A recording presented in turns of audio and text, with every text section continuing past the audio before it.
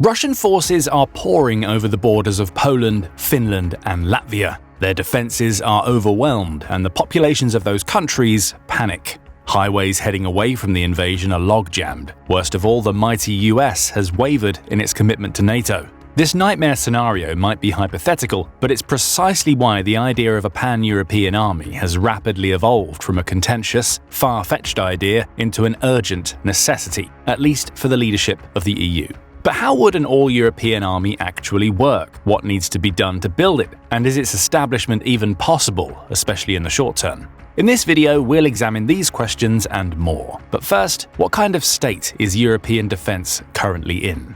As of early 2025, there are 44 countries in Europe, of which 27 are members of the EU, 30 are members of NATO, and 23 are members of both. Austria, Ireland, Switzerland, Cyprus, and Malta are both neutral and non-aligned. So although the majority of nations, including all of the most powerful, are allied by far-reaching political, economic, and military treaties, many are not. This has led to a fragmented defense structure, with some of the smaller nations not able to contribute much more than a basic police force and national guard towards defense. Throw a couple of dozen languages, diverse military structures, and a hodgepodge of weapon systems originating from different nations and eras into the mix, and the picture gets even more complicated. Also, while the majority of European nations are more or less on the same page when it comes to mutual defense against external threats, significant divisions exist between the various European nations themselves. The history of Europe is stained with the blood of hundreds of conflicts stretching back to ancient times. And although the establishment of the EU and NATO has done more to reduce conflict on the continent than perhaps any other factor in history, tensions that could spill over into conflict still permeate the continent to this day. On March 18th, for example, a declaration on military cooperation between Croatia, Albania, and Kosovo was signed. It aims to strengthen political and defense cooperation among the three countries, increase military interoperability through joint training and exercises, and support Euro-Atlantic integration. Croatia is a member of both the EU and NATO, Albania is a member of only NATO, while Kosovo is a member of neither NATO nor the EU. Just 2 weeks later, on March 31st, Hungary and Serbia signed a similar agreement, extending their already significant bilateral defense and military ties. Under this latest agreement, the two countries will organize 79 joint programs in 2025, including flotilla training, an international exercise for volunteer reservists, and marksmanship training. Given the long history of conflict in the Balkans and Serbia's protests against the signing of the Croatia-Albania-Kosovo deal, it's extremely unlikely the two events are not related. Memories of the most recent conflict in the region, the Balkan Wars of the 1990s, still linger on both sides. And that's just one of several areas of potential interstate conflict lurking within Europe. Ever feel like success in today's world comes down to how quickly you can adapt and take control? Whether you're running a company or commanding a team, having the right tools makes all the difference. That's where today's sponsor Odoo comes in. They're changing the game when it comes to building and managing websites, making the process faster, more intuitive, and accessible for everyone. With Odoo's website builder, you can launch a sleek, professional site in 10 minutes, no coding needed. Whether you're starting a Defense Insights blog, setting up an online gear shop, or launching a training platform, a solid presence is essential. Odoo gives you full creative control with its drag-and-drop builder, plus smart AI tools that help you sharpen your messaging, generate content, and improve your calls to action. Because in any operation, clear communication is mission critical. And the best part, your first app with Odoo is completely free for life. That includes hosting, support, and even a custom domain for the first year. No hidden fees, no surprises. So if you're ready to turn your ideas into impact, hit the link in the description to try Odoo's free website builder today. It's never been easier to create the site you've always envisioned. What this all means is that it's almost impossible to envisage a pan-European army encompassing all the nations of Europe. However, a pan-European army comprised of EU members and strongly aligned non-EU powers like the UK, and even perennially neutral Switzerland, is much more realistic. The idea of an all-EU army has actually been on the table, albeit tenuously, for decades. In fact, the idea was just a few votes from being launched as a military project, rather than just as an economic one. It was the Eisenhower administration in the US that first promoted the concept of a European Defense Community, or EDC, aimed at creating a common European army as part of a broader effort to integrate European defense. The treaty establishing the EDC was signed in 1952. However, the EDC was ultimately rejected by the French Parliament in 1954, which effectively ended the initiative. Eisenhower also faced strong opposition within the US, which was committed to NATO and preferred to maintain separate national militaries under a collective security framework. The idea was revived again in the 1990s as the EU was formed, but again faced resistance, particularly from the US, and for the same reasons. Nonetheless, both of the treaties at the core of the EU, the Maastricht Treaty of 1992 and the Lisbon Treaty of 2007, included provisions for a European defence force. However, until recently, only a few components of the envisaged larger force have been established. More on those shortly. In the 2020s, the idea has taken on a new and more urgent dimension. In 2021, the president of Italy, Sergio Mattarella, spoke about the need to create a European army following the withdrawal of NATO forces from Afghanistan. In 2024, Luxembourgian Prime Minister Luc Frieden called for the formation of a European army in response to Russia's invasion of Ukraine. Fears of Russian President Vladimir Putin's imperialistic ambitions towards the rest of Europe beyond Ukraine are, of course, one of the two main reasons for the renewed interest in an EU army. The other is the attitude adopted by the Trump administration, which has suggested that its priority is no longer the defense of Europe and that it expects Europe to spend a lot more and take much greater responsibility for its own defense. Some see this stance as a contradiction. After all, since the collapse of the EDC, the biggest opponent of an integrated European defense, indeed of the European Union doing anything on defense that would undermine NATO, has been the US. More cynical observers have even suggested that Trump's position is simply a ploy to force the EU to increase its defense spending on US military hardware. On the other hand, others, such as Trump himself, see it as only fair, given how much more the US contributes to the alliance both in terms of spending and physical presence compared to its European allies. But either way, the implications for European security of a more detached US caused a flurry of activity on the continent in early 2025, with a string of meetings taking place, strong statements being made, and high-profile initiatives being announced.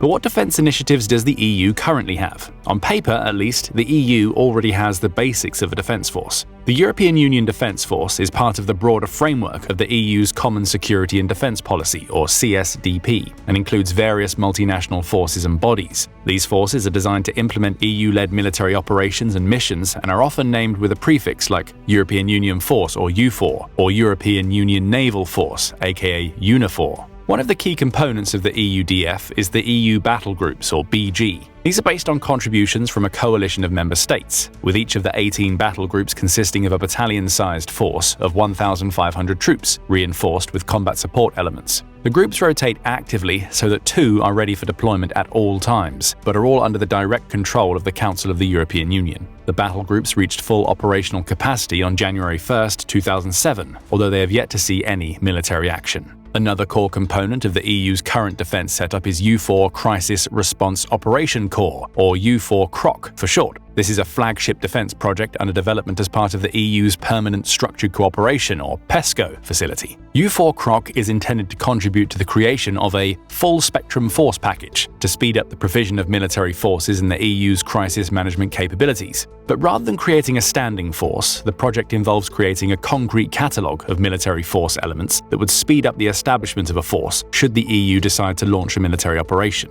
Led by Germany and France, it aims to generate a land-based, interoperable force of 60,000 troops from the contributing states alone under a single command. The EU also has several smaller forces and bodies established intergovernmentally amongst subsets of EU members, working primarily under the auspices and command of NATO. These include the European Corps, or Eurocorps, an army corps numbering around 1,000 soldiers stationed in Strasbourg, France, and associated with the Franco-German Brigade and the 1st German-Netherlands Corps, or 1GNC. This is a multinational formation stationed in Munster, Germany, and consisting of units from the Dutch and German armies together with soldiers from fellow NATO member states like the US, Denmark, Norway, Spain, Italy, and the UK. The Multinational Corps Northeast, a multinational corps established via a Danish-German-Polish Corps convention, is another NATO-affiliated EU-based force. And the European Gendarmerie Force, abbreviated Eurogen 4 or EGF, is an intervention force with militarized police functions specializing in crisis management. At sea, the European Maritime Force, aka Euromarfor or EMF, is a non-permanent military force formed in 1995 that can carry out naval, air, and amphibious operations, with an activation time of 5 days after an order is received. The EU also plans to establish a rapid deployment force of up to 5,000 soldiers dubbed the European Union Rapid Deployment Capacity, or EURDC. This force is expected to be operational during 2025 as part of the EU's Strategic Compass initiative. Strategic Compass is a roadmap document adopted on May 24, 2022, by the European Council in the aftermath of Russia's invasion of Ukraine. The document is structured around 4 pillars: act, invest, partner, and secure.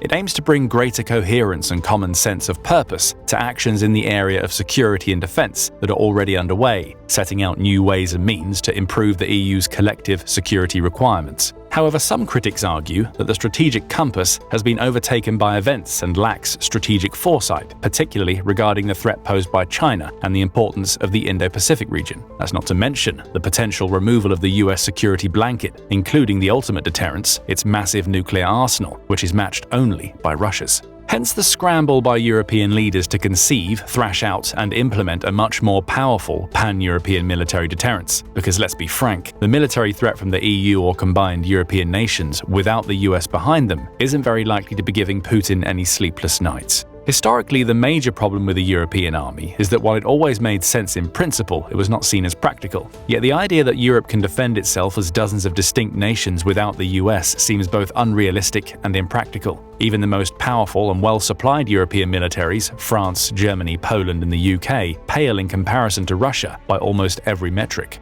Combined, however, Europe has roughly 4 times the population of Russia from which to draw personnel. It also hosts some of the world's leading weapons manufacturers and defense contractors, including Germany's Airbus SE and Rheinmetall, Thales, Safran, and Dassault Aviation from France, BAE Systems, Kinetic, and Rolls-Royce from the UK, and Leonardo and Fincantieri from Italy. So the potential is clearly there to build a European force powerful enough to not only deter any designs Putin might have about further expanding Russia's borders, but potentially launch an attack on Russia of its own, even without the backing of the US. So how does Europe transform the notion of a European army from an idea into a reality? Because that's all it really is at the moment, an idea. Well, there are 3 main challenges. The first, as we've already touched upon, is the serious structural problem of Europe's fractured defense landscape, made up of 25 or more bespoke militaries. To put it bluntly, these militaries are not designed to defend Europe, and in some cases, it's highly debatable whether they could even defend themselves. The second is funding. After 3 years of war, despite the devastating impact of unprecedented sanctions from across the Western world and serious damage inflicted by Ukraine to its military personnel and weapons stockpiles, the Russian economy has more or less successfully transitioned into a wartime economy, and its military-industrial complex is increasing its output and quality.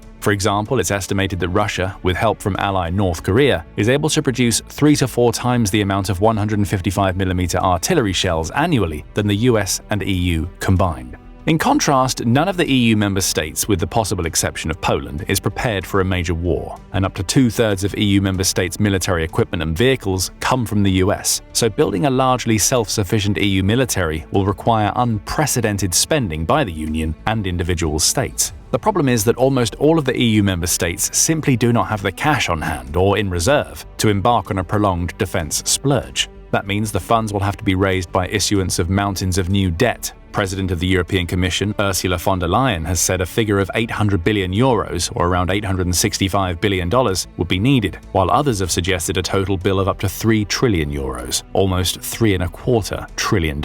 The idea being floated is for this debt to be collateralized by the savings and pensions of EU citizens, and partially funded by increased austerity and reduced spending on social welfare programs in EU member states. This comes at a time when Europe is not exactly in the healthiest shape it's ever been financially, with 1 in 5 Brits and Germans estimated to have slipped below the poverty line in 2024. In an increasingly polarized political environment across the EU, such moves run the risk of causing social unrest, political upheaval, or much worse. As a result, there is resistance to the plan from some EU members like Hungary and Slovakia, who worry that the internal instability caused by large-scale militarization poses more of a threat to their security than anything Putin might attempt. But assuming the money and political will can be found to fund an EU army, the EU also has a strategic issue to overcome: how to deal with its defense vulnerabilities with a sober approach that separates the short-term urgency to act and the long-term need to replace the US military in Europe. In the short term, Europe's challenge is not replacing the US military like for like, but buying itself some time by deterring Russia from thinking about offensive action against EU territory. That means ensuring that Ukraine can continue to keep the Russian bear at bay. With the United States looking more and more likely to end its military support for Ukraine, Europe must make sure Ukraine can continue the war effort and degrade and deplete Russia as much as possible. While Russia has its hands full in eastern Ukraine, the EU can focus on addressing major short-term gaps in its capabilities, especially the need for more munitions to be produced at a vastly accelerated pace.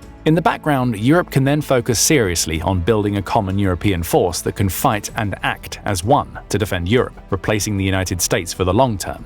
However, given the fragmented and fractured state of current EU defenses, instead of one singular force, a common European force would likely be more of a hybrid force. So what might that look like? First, the backbone of Europe's defense will remain Europe's big national militaries. We're talking about the aforementioned France, Poland, Germany, and the United Kingdom, if they choose to take part, as well as frontline states like Finland and the Nordic Baltic states, which have relatively strong and cohesive forces that can already provide substantial combat power. The challenge will be in getting these forces to operate as cohesively as possible together. This means everything from supplying soldiers with equipment such as uniforms, etc., increasing joint training, to standardizing operational languages and establishing unified command and control structures. In this regard, the EU already has several initiatives that can be quickly ramped up, provided the resources to do so are available. Secondly, the European Union would create a standing common EU force that belongs to the EU collectively. At Saint-Malo in 1998, then UK Prime Minister Tony Blair and then French President Jacques Chirac agreed to a 60,000-strong rapid reaction force to intervene in crises abroad. This proposed force would be more like the US Marine Corps than the Army, but designed to face threats inside Europe itself. Unlike the battle groups discussed earlier, this force would not be comprised of rotating units from national forces, but will be an actual pan-European army. To recruit personnel, the EU would offer competitive salaries that would be highly attractive to Europeans in poorer regions, or even offer EU citizenship to recruits from external candidate countries like Albania. The officers for the force would be recruited from existing European militaries, in much the same way as the European External Action Service recruits from diplomatic services across Europe. As for developing the force, training could be done and doctrine developed by one of Europe's major national militaries, just as the European forces like France, Germany, and the UK have been training Ukrainians in combat tactics since 2023. A more controversial way forward would be for Europe's non-frontline member states to fold much of their national forces into this force. As noted earlier, many of Europe's small militaries do little to contribute to Europe's overall combat power and create massive coordination headaches. Europe on paper has nearly 2 million personnel in uniform and spends roughly $338 billion per year on defense, more than enough to deter Russia and make Europe collectively a formidable military power. But the whole is far less than the sum of its parts, with many of these forces in militaries that are simply nowhere near ready to fight. The EU could also incentivize non-frontline militaries to contribute to a European force instead of spending more on their forces. Big southern European countries like Italy and Spain, who spend well below 2% of their GDP on defense, could choose to contribute to an EU fund or increase defense spending marginally, perhaps to 2.5%. Alternatively, member states could choose to opt in to support an EU force by contributing, say, 1% of GDP into a common EU pot, as well as providing personnel and legacy equipment. These countries would end up spending less in total on defense, transitioning their own national militaries to resemble more of a national guard or reserve to react to crisis and disorder, rather than military conflict. The EU, for its part, would pay to equip and recruit these forces. The third leg upon which an EU army would stand, as alluded to before, is a unified command structure. The challenge here is how to integrate this EU command with NATO. NATO's commander has always been from the US, but the deputy commander is European. One approach could be to make the deputy NATO commander wear a second hat as the top EU commander, with the EU's current missions remaining with the current EU commander. This would mean that should the US or Turkey object or not want to cooperate or manage a war against Russia within NATO, the EU command would still manage Europe's war effort without them. But command and control is not the only area of vital importance currently provided by the US that an EU army would have to take over. The fourth crucial aspect of an EU army would be developing the integrated capabilities and key enablers to back European forces, including air transport, air tankers, and intelligence and targeting capability. These efforts should be as Europeanized as possible. For instance, the EU would buy air tankers and air transport and recruit pilots and crew from around the bloc to serve essentially as EU air support. The EU would also have to create its own defense intelligence service, which could work alongside NATO's existing capacities to assist in targeting.